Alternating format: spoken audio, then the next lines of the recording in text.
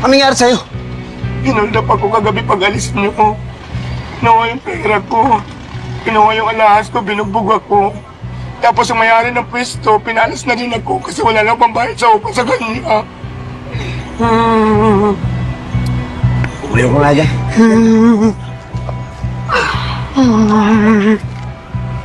Ayos ka lang ba? Bilang ako tinggoy. Eh, paano ko ngayon yan? Saan ka pupunta? Hindi ko nga alam eh. Wala akong kamag-anak dito. Isa lang ako sa Manila. Eh, saan ba probinsya mo? Sa amin, sa Samar. Wawa ka naman pala eh. Pareho lang pala tayo, nag-iisa na sa buhay. Bakit saan ba yung pamilya mo? Dito lang kami sa Quiapo. Kaya lang, ayaw sa akin ng pamilya ko, kaya ngayon mag-isa na lang ako sa buhay ko. Nakikituloy ako sa kaibigan ko.